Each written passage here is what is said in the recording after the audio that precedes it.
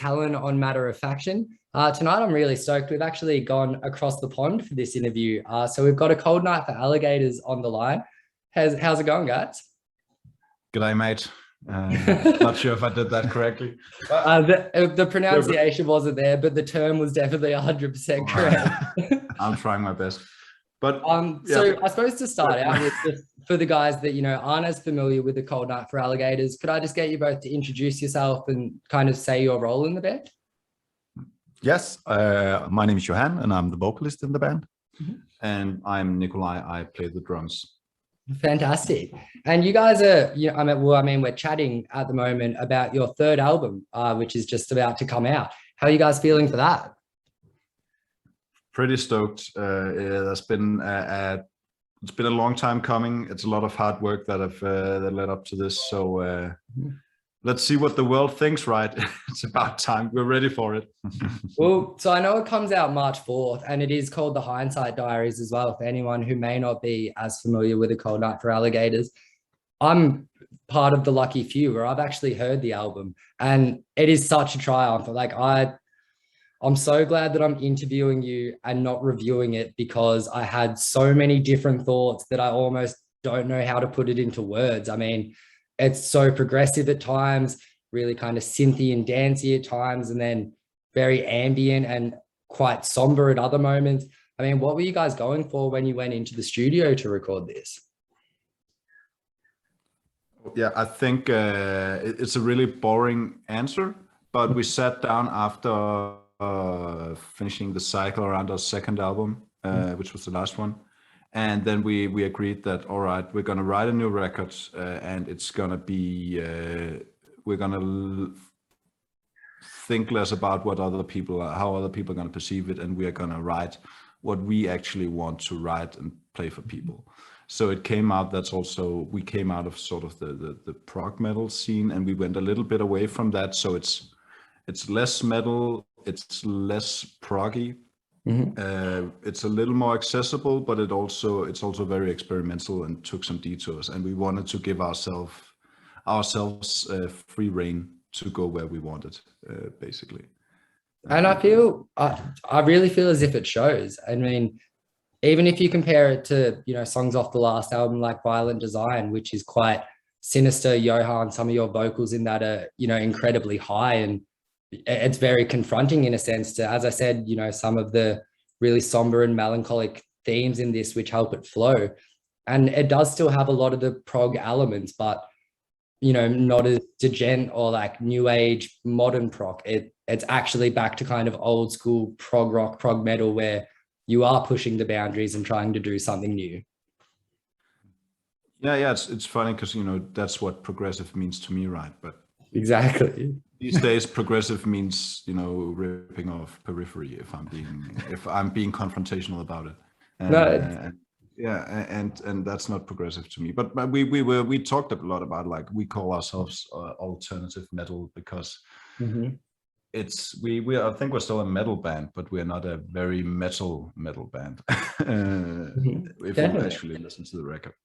Yeah, well, I mean, there are so many components that it almost feels unfair to just refer to you as a metal band. But then at the same stage, I mean, you guys are sharing, tours with Whitechapel and things like that. So it's such an interesting contrast that a Cold Night for Alligators have got to. And I suppose, having that freedom now to be able to do whatever you want, I'm really interested to see what bands you guys kind of tour with for this album cycle. So we, but I think it's a nice place to be in that we can appeal to a lot of people, I think, but whoever we appeal to, you have to have a bit of an open mind, because we try out stuff all the time, right? We put in a saxophone solo, we put in a choir, there's a trumpet somewhere there as well. There's so many different components like that. I suppose, how are you planning on, recreating them live?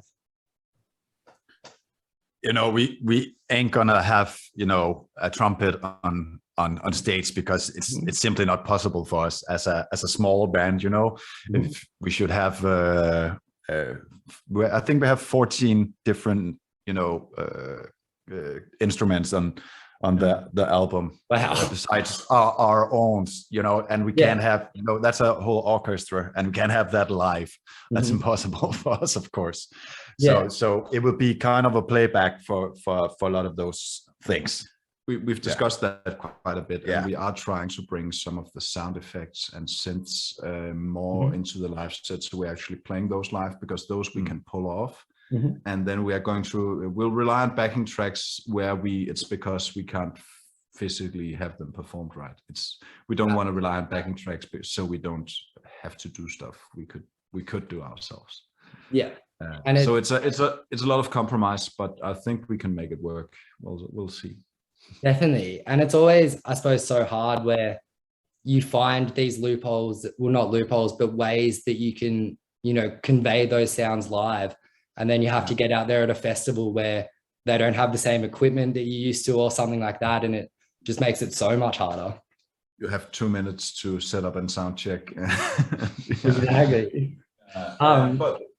But don't think when we write for the listener, and we write for the production, because it has to come first, right? It has to start with a good song, a good production. So and then we'll take that wherever it takes us, and then we'll figure out how we can make the best replication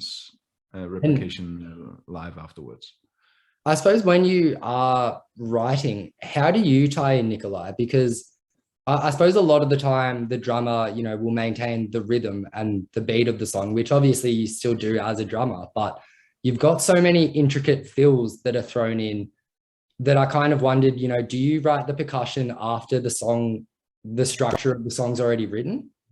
I usually talk because, you know, it's still very much guitar-based music, so it usually starts with an idea from one of the guitarists, and we just talk a lot. There's a lot of communication, a lot of collaborations. I've written stuff on the record that's not drums, but I've also, of course, been the main guy when it came to, you know, wrapping up the drum composition and the percussion. But again, I have no ego. If a guitarist writes a good drum part, I'll just play that if it works right. So I usually say there's like every single one of us has had an opinion about basically every note on the album at some point. Which is so yeah, it's a boring answer, but it's just communication. No, I think if anything, it's more interesting. You come across a lot of bands that don't have that level of communication, and I always find it really interesting when bands do collaborate like that. And I suppose especially for you, Johan, where obviously the band, you know, is very holistic and collaborating and sharing ideas. For you as a lyricist, is it ever hard to share a lyric or idea that, you know, you may feel vulnerable to share in front of the rest of the band? Not anymore, I think, because we know each other so well now. You know, we played together a lot of years. So I think there was one song on the Hindsight Knows that was really, you know, sensitive for me to share with the guys, and that was the song Adjust, because it was about, you know, my son coming into this world having a really hard time, not sure if he was going to live or die when he came. And, you know, so that was kind of a really hard one to share with the guys and say, is it okay that I sing about this on the record, because it's so personal? But not anymore. I think it's harder with the, you know, with the melodies actually, because we are so honest with each other, and we know what's going on in our lives. And, you know, this album is really personal and about my life and our life. So you know, I'm not afraid of showing them emotions, and that's what the lyrics is, I think. Which is, you know, I feel it works out, and you do get these incredible songs like Adjust out there where, you know, you are really speaking your thoughts and kind of putting yourself in a vulnerable place. I suppose it is quite an interesting, well, not interesting, it's obviously a very personal and hectic time in your life that you went through. But it's quite a different subject matter than what a lot of musicians would talk about. So I suppose I'm kind of interested, when you wrote Adjust, did you write it as everything was happening, or was it written after, you know, that had happened? You found out that your son would continue living, and it was, you were looking back in retrospect. No, you know, we stayed at the hospitals for some time, and I had to go home every night to sleep. And my girlfriend, you know, she could stay there with him, and I would go back every early morning. And one of the nights I got home, I just tried to, you know, get my head, and you know, try to step into another universe or something like that, because you were in it all the time, and of course I couldn't do that. It was impossible for me to forget what was going on. But music for me has always been something, you know, where I can, you know, get away from everything else. So I just put on just, you know, some of the demos for this song, and the lyrics were like, just came to me in like 10 minutes, I think, and the melodies right after. And I think that's why I really wanted to do it, though it's so personal, because it was just so honest. And you know, so it was while it was going on, and I think it's the first time I've written something and I changed it afterward. Actually, it just makes sense, and it was honest, and it was how it should be, I think. Yeah, so that was actually my next question, because I know personally, if I'm in an emotional state, or, you know, a really tough time in my life, I may say things or act in a way that I look back the next day and kind of wake up and go, shit, did I actually say that, in a sense? And, you know, I suppose trying to hone in on something when you are going through such a, you know, insane time in your life. Yeah, how was it, you know, the week after and 2 weeks after, looking back? Because as you said, you kind of did make some changes to that song. Or did you say you didn't make any changes? No, we didn't make any change to this song, but we did to the other. Yeah, but even though you're right about some personal stuff, you know, the song is the most, you know, the whole song, the melodies, the lyrics are. It's important that they are good, so you don't. It's not easy if you are too emotional on everything you do. You have to be willing to change it and, you know, do something about it afterwards. So and you know, this album was an album where I changed most things afterwards, you know. So I don't know if you want to, you know. It's, you know, it has to be personal, it has to be honest, but it's also, when it comes down to it, it's like a craft of how do you write a song, how do you present it, because you can have all the good intentions, and your hand can be as honest as he wants to, but if the listener can't follow it, or if it's presented in a way that's not if it's not presented in a way that makes sense, then it doesn't come through. So it's a lot about, you know, putting something that's good and that's useful, and then tweaking stuff around it, and not being too sentimental about the details and the arrangements that you put it in. Yeah, exactly. I feel, and I feel that's, you know, something very important for you, Nikolai, as a drummer, where, you know, as we said before, it quite often starts with, you know, a guitar riff or a melody on guitar, and then you add to it. And obviously, if Johan is, you know, speaking about something very emotional or something like that, you're not going to come out and do blast beats. Like, you need to soundtrack that as a drummer a little bit and kind of play alongside it, which I feel is really kind of shown in A Cold Night For Alligators. Yeah, well, thanks, man. I was very conscious of, because I'm sort of at a place with my drumming where I come from sort of a technical death metal background. So I feel like, and this is not because I don't think I'm that good of a drummer, but I feel like I'm at a place where I have no need to be able to play anything that's more technical or more showy or more insane or faster than what I can already do.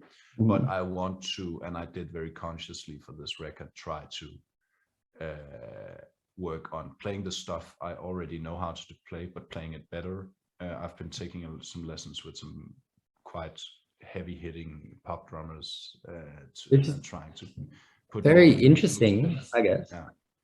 And that's also what I worked with when I produced the drums together with Jakob Hansen, who also mixed the record, is, you know, being more picky about sound and feel. You know, choosing the right drum, tuning it correctly is so much more important than impressing yourself with like an intricate fill. If I usually say sometimes like, sorry, this is getting to be a long drum rant. No, not at all. I always say I feel like playing metal drums can be like playing, you know, when you play Tetris and you reach a high level. It's sort of like you just have to, I have to hit everything before I run out of time, and there's no space for actually making stuff feel good and making it. And I want to be the kind of drummer where the singer notices it and the singer thinks it feels good. That's cool drums to me. It's not impressing, you know, there's always two drummers at the concert. And Definitely. If I can impress them, that's fine. But if I'm playing just to those two guys, then I'm missing the point. I feel like it. Oh, guys or girls. And so I was very conscious about that. I love blast beats, but I didn't feel those blast beats on the last record. I didn't feel a need for any blast beats on this one. I felt, you know, I wanted to play tastefully and make it interesting where it made sense. If you listen to a track like Behind Curtains, I think it's very intricate, but it's not showy. And that's trying to know my place.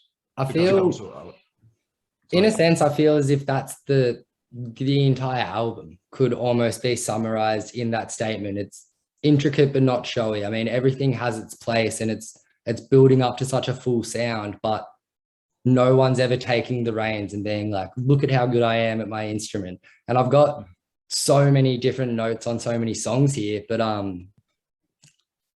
there's one song that has like an insane kind of guitar solo, and it's a really, really epic solo that comes in the bridge, but it's still almost in the background.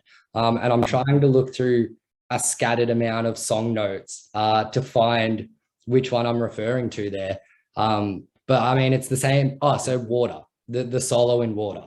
And apologies about that. I kind of was looking and I kept saying nostalgic. But yeah, the solo in Water really blew me away, where, you know, I feel a lot of metal bands, that would be a moment that all the lights on the stage go out and the guitarist is there and flames are coming up, kind of thing. And if it's Led Zeppelin, it would be 45 minutes of that guitar solo. But you guys just tie it in a way that it almost doesn't feel like, you know, it's at the forefront of the song. It's just kind of working alongside everything and making this full sound. I think it's really impressive. Oh yeah, I mean, flames would still make it better, probably, but that's cool. Fun fact: that's actually that's both our guitarists. I think it's the only song where they swap solos. So it's Christopher that plays the first part, and Roa who plays the more. I usually call it the more. You know, long hair flowing in the wind, kind of like he's standing on a mountaintop when he's playing that solo in his mind. Thanks, man. I think that's incredible. The two of us aren't guitarists, but I think we both love that. Yeah. No, it's the layering's absolutely incredible, where, you know, that could be just a guitarist kind of flowing through that, which is so beautiful. And I suppose because I kind of glanced at it when I saw my notes, I mean, I feel nostalgic, and it makes sense with the name, is a little bit nu metal. Like the start of that kind of has some slight nu metal undertones, and it surprised me a lot, where honestly, it just seems like there's so many different sounds in the Hindsight notes. Yeah, well, you're not the first person to mention nu metal to me, but I think none of us actually thought that. No, but it's fun. But it's really fun, yeah. It's as a musician, it's probably one of the worst genres to get compared to, where you're just like, oh, nu metal. It's fine. It's fine for me, you know, where we're not playing nu metal, and we know that if we are influenced by it in some kind of way, you know, of course we all are. For me, it all started out with, you know, kind of nu metal stuff. So of course, you know, it's in our blood in some kind of way, and we're influenced by it in some kind of way, of course. I will say there is another track where I'm straight up, when I wrote that, I was straight up trying to sound like John Otto from Limp Bizkit. So it's not like we don't have those influences, but I don't think, I've never thought we sounded like it. No, not at all. I suppose, just kind of that opening of nostalgic. almost triggered it in me. And then when I saw the song name was called Nostalgic as well, I kind of questioned, oh, is this intentional? Like, did you guys write it and then think, fuck, it does actually remind me of, you know, John Otto from Limp Bizkit? No, I'll say I think the thing about nostalgic is it's all personal, it's all lived experience, but not all of the themes are like super heavy. And I think the lyrics on nostalgic are basically about, and I'm paraphrasing Johan here, of course, but it's about the fact that we're sort of a weird band. We've gotten a lot of not all, but we've gotten some negative reactions because we're not that metal and we don't look metal and we mix weird stuff into it. And we felt with Nostalgic we finally wrote like a proper metal song, so it would be funny to write lyrics about, you know, how we're not metal enough and why don't you like us. Yeah, you know, it's about with that. I think the metal scene is a bit too nostalgic about everything. So if you have a style, you can change it, you can evolve as a band without getting a lot of hate. And I know the internet is of course just hating all the time on anything in the world, but you know, it's just so fun because this genre should be, you know, free from all of that. It's kind of jazz, you know, so stop, you know, it's all right to evolve and it's okay not to do the same record 5 times in a row, you know. So that's what the song actually is about. I do feel as if a lot of bands are starting to realize that a little bit, that we almost had a decade that was so refined, and that's not this genre, it's post-melodic hardcore rock, and people were putting these insane labels on it and associating themselves with certain scenes. And, you know, we are seeing more bands kind of open up with orchestras and things like that. And, you know, even bands having the ability that I'm not going to scream on every song, or I'll try out screaming. I mean, there's some massive changes happening in metal, and it's really cool that you guys are kind of actively taking that on board, especially when you're writing. And I suppose with what Nikolai said about how, you know, not all the feedback you've got in the decade that you've been a band has been positive. I guess, is that something you take in your stride, or is it something that you've ever felt self-conscious about? And I will wrap up after this because I don't want to take the time if there's another interviewer waiting or anything like that. But that's fine. All right, I'll say we usually laugh it off because the critique we get is not very nuanced, or we feel like missing the point. And on the other hand, I have sort of an approach of, no, the world doesn't owe me that anyone likes the music I made. So it's like, if there's a lot of music I don't like, I might not be that outspoken about it. But again, why should I'm not entitled to only getting praise, right? I would say it is a little annoying, I would say, in our home country, because sometimes it actually costs us opportunities that the metal scene is a little on the conservative side. So if we get negative feedback from someone who's like an industry figure, that's kind of a bummer. All right, we're never going to get booked for this. It's just not going to happen. That sucks, right? Or if someone, I'll just call it out a little bit. I'm not going to put a name on it, but it's like a prominent figure in the Danish sort of metal milieu. I'm not going to be more specific than that. Shared something about us and called us, and I'm not saying this, I'm quoting it. Called us fag metal, as in homosexual. And you know, I don't mind being. I mean, it's just, it says more about that person. So I don't really care that they say that. But if it's someone that people actually listen to, that's a bummer to me, because it's going to influence how we're perceived by other people. So, but again, Denmark is not really our focus. It's our home. We love playing here, but that's not where we're looking to grow our audience. Well, and I kind of already knew that. I mean, the Hindsight Notes is very different from what I would expect from a European metal band a lot of the time, where most of the time the Euro metal bands are the pyrotechnics and the hair flowing on the top of the mountain. Yeah, there is definitely that point of difference. And, you know, I think it's incredible if that's something that you guys have noticed and you've taken that feedback and, you know, taken it in however you want and come out with the hindsight notes. The joke's on them. I mean, you guys are absolutely triumphing. Thank you so much. Well, thanks. As I said, we made this record based on what we wanted to play and show people. It's not about what we thought would placate someone. But thanks. I'm happy to hear that. No, thank you guys so much for having a chat. I know that in Denmark, it's only you've both just woken up, so it's pretty early morning. You're rock stars. 10:30 is pretty early. But thank you so much for having a chat. It has been awesome. It's really, really great to get both of your perspectives on the album because, as I said, there are so many layers to it. So, you know, it's been really cool to hear what you think. I suppose if you've tuned in late or, you know, missed the introduction, I've been with Nikolai and Johan of A Cold Night for Alligators. Thank you guys so much for the chat. The Hindsight Notes comes out March 4th.